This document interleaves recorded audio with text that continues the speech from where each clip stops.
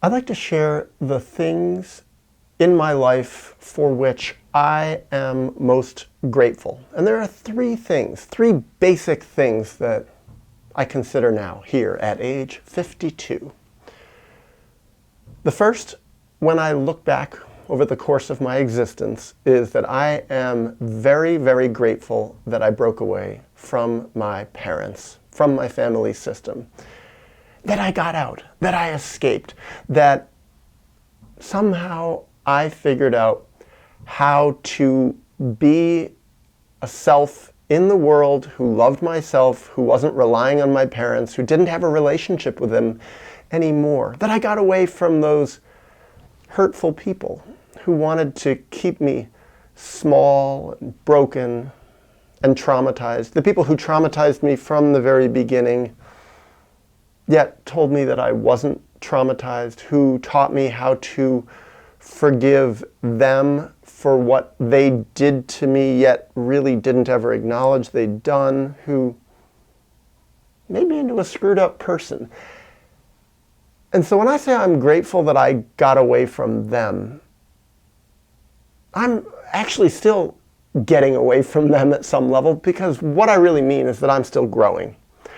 I'm still healing myself. I'm still developing myself on the inside, getting to know myself better, love myself better, bring up the parts of me from very early in my life that are still buried, and bringing them up and integrating them into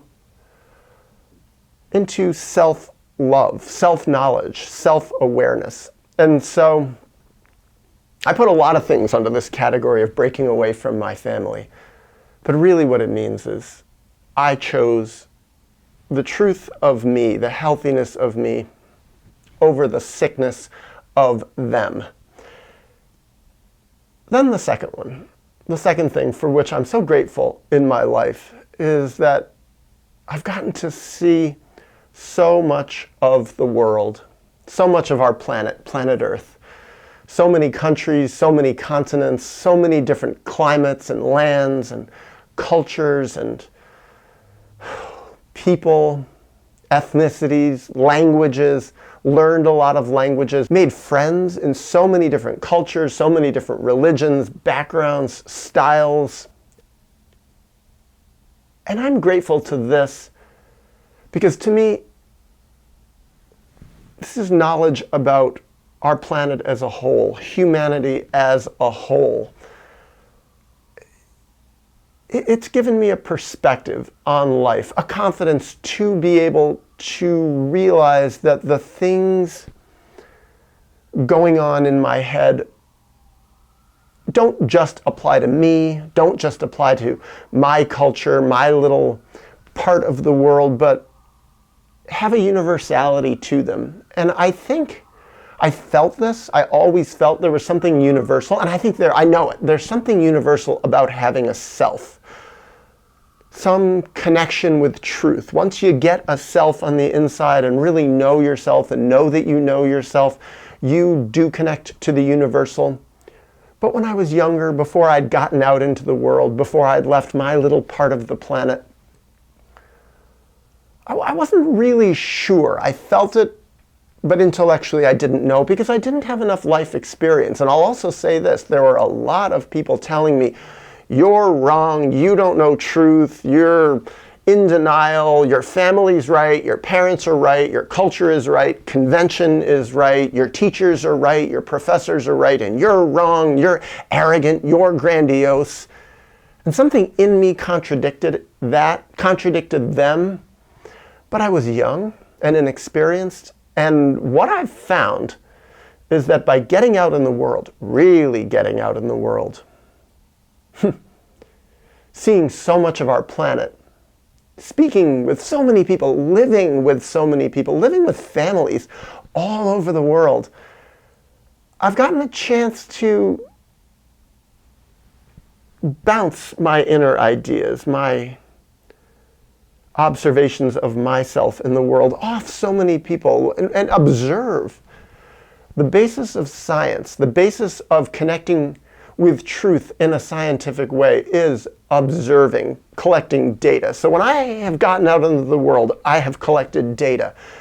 And I'm very grateful, first, that I had the opportunity to do that, the privilege to do that, but also that I had the courage to do it. It's terrifying to get out into the world in so many ways. It's terrifying. I was talking with a young person yesterday, and I was saying, you saved money, get a passport. You're an American citizen. You have the opportunity to get a passport and go and travel the world. Oh, it's terrifying. I'm like, yes, it is terrifying. It's really scary to leave the comfort of our little existence, the little nest of our existence. But once we begin this adventure of getting out into the world, the benefits, the payoffs are so great that, in my experience, I've found that I need to do it again. If there's the opportunity to learn more out in the world, to collect more data from another angle that gives me more insight into truth, into the truth that I know, into the truth that I see, I want it. And yes, it's scary. And actually, I think these three things that I'm going to talk about, these three things that I'm grateful for, they all interconnect, because I think also getting away from my family took a lot of courage. Courage meaning I took action in spite of the fear, the terror even. And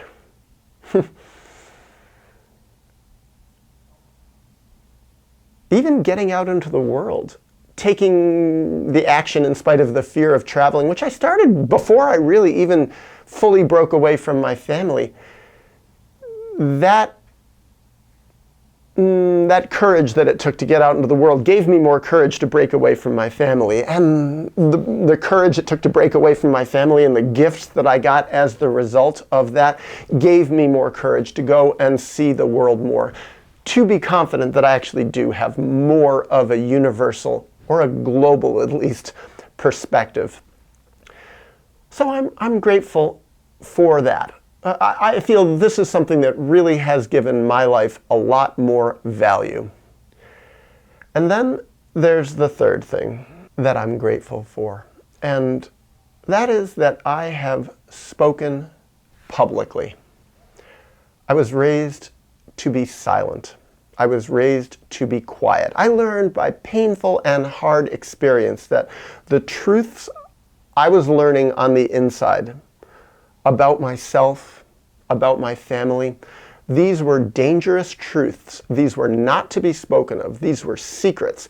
The truth of my family was a family secret. The truth I was finding inside myself, the self that I was growing to love when I was young, a boy, as a teenager, these were things that threatened my parents. They caused my parents to reject me and hate me more and more, to punish me, to despise me, even to attack me, to violate me.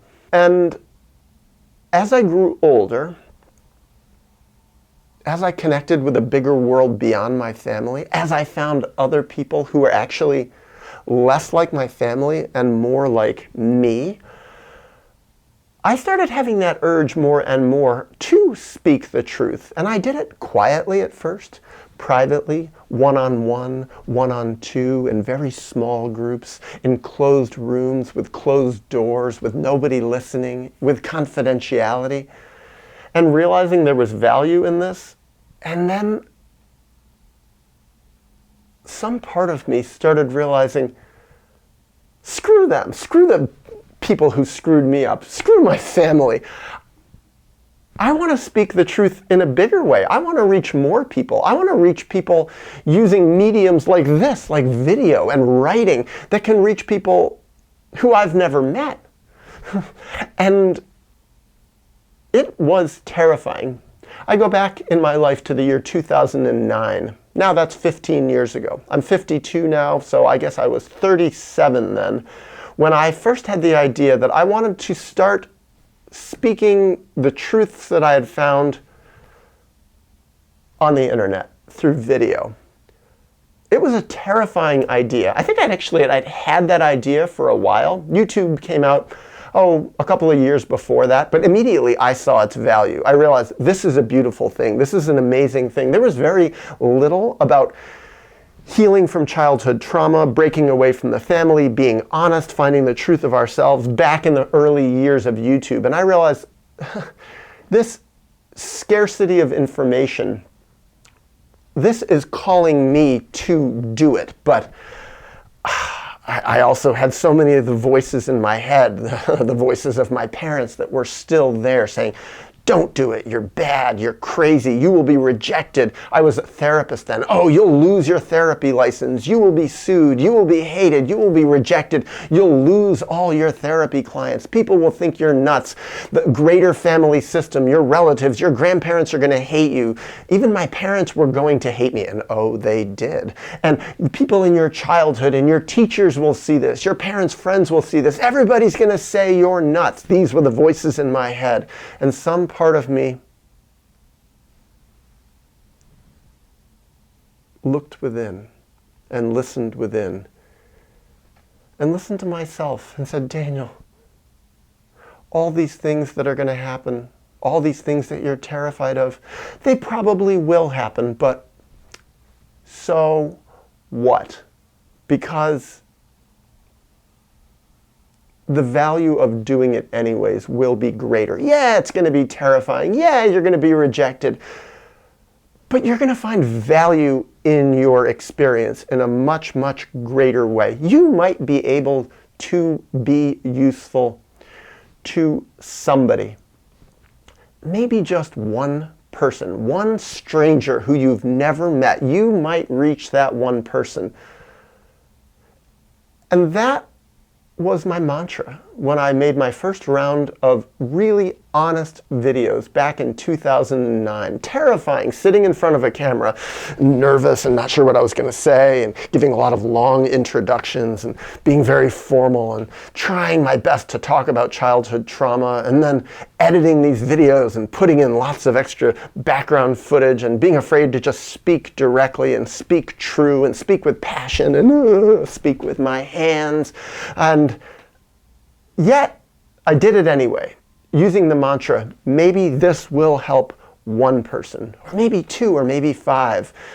And I did it. I made the videos. I edited them. It took me months and months and months. Now pretty much I just talk, transfer them over to my video editing software, put a beginning on, put an end on, and export them. Maybe put a photo or two here or there, but not much else. But back then, a lot of work to help me assuage my own terror, all the voices of all the horrible things. I was perfectionistic. I had to make it perfect or else it's going to be even worse. Now I'm less perfectionistic. Still have my fears, but do my best. But man, I put those videos out there. I remember pressing release, release, release, make the videos public. It was so scary. And yeah, there was a lot of rejection. There were a lot of people from my old life, my family system and my childhood world, and people saying, why do you do this? You're shaming your parents. You're shaming yourself. You're bringing shame upon yourself. You're silly. You're wrong. You've got mental illness. You're this and that. You're angry. You're anxious. You're blah, blah, blah, blah, blah. But then I found it was useful to people. And as time went on, what I realized was, there were a lot of people out there who were hungry for these messages. And so I continued to do it. And you know what? It's still scary. I can't say I'm scared right now as I'm speaking, but this I guarantee. When it comes time for me to get ready to make this video public, I will be scared again. I'm always nervous. I'm always nervous. Am I going to be judged in some way or other? I'm still vulnerable, and I know that because the true me is here. I am representing the true me that got away from my family system, that has seen so much of the world and now speaks with so much more confidence. And there's vulnerability in that because I know how unusual I am now. And I was never allowed to say that. I was never allowed to be different. I was taught as a kid that being different is strange, weird, and bad. The goal for my childhood, in my family system, in my school system, in my neighborhood, was to be normal. I always wanted to be normal. Have the normal look, the normal haircut, be a normal height, be a normal this, be a normal that, look with the normal clothes. And now I realize I'm not normal. I may look kind of normal sometimes, but on the inside, I'm not normal. And you know what? I don't like normal. I pretty much don't like normal people. I don't respect them very much. They don't do things that help me. They haven't helped me on my growth and healing process from the traumas of my life. Normal people actually have gotten in my way. They've tried to block me at every step of the way, and they still do. Because you know what? Normal people are really sick. Normal people are 99% of the world. They're common, they're average. They haven't really taken great risks to become individuals. They're still stuck in their family systems, they're stuck in their addictions, their romantic relationships, they're having kids, their drugs, their alcohol, their food, their games, their whatever it is that they're addicted to, their money, their denial, their terror, they're blocking themselves from looking within. And so to do this, to speak the truth, I had to acknowledge within myself through hard-won experience that I'm rare, I'm an unusual person. And by speaking this truth and putting it on this public forum of YouTube or wherever else it gets seen, I might reach other rare people. And so by doing this, by realizing, I read the comments, I see who watches my videos or whoever it is that writes things, and I realize it. Yeah, I realize there's negative comments too. Some of my videos get hated by a lot of people, but I also realize that it helps people. It helps a lot of people speaking this truth. And this gives my life value because I realize my private, painful experiences, my traumas, my healing from my traumas, my terrors, every risk I've taken, every stupid mistake I've ever made, and I've made a lot of them and learned from them and analyzed them and journaled about them and realized why I made those mistakes. I've learned from this. This has given me life experience. This has given me a lot more humility and an ability to be useful. And by sharing this, well, I magnify my usefulness, and I'm really grateful for that.